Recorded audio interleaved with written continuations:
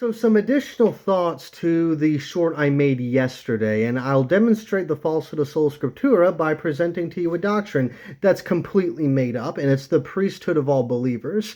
In 1 Peter 2:9, he says, "But you are a chosen race, a royal priesthood, a holy nation, God's own people, that you may declare the wonderful deeds of him who called you out of the darkness and into his marvelous light."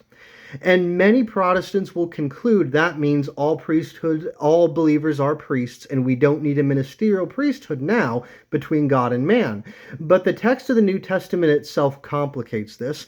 Throughout almost all of the Pauline epistles, Paul makes it very clear that believers are stratified in authority. In fact, he goes even further to disqualify women from preaching and teaching if you think that the Timothean literature was indeed Pauline.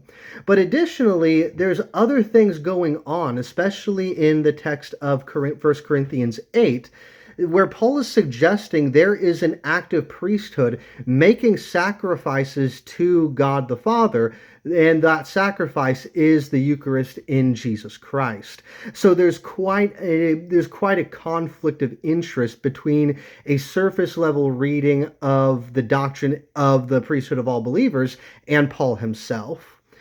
But it gets even more complicated when you actually look at the verse that Peter is citing. The argument goes that because Peter is citing a verse from Exodus 19:6, therefore all believers are now priests.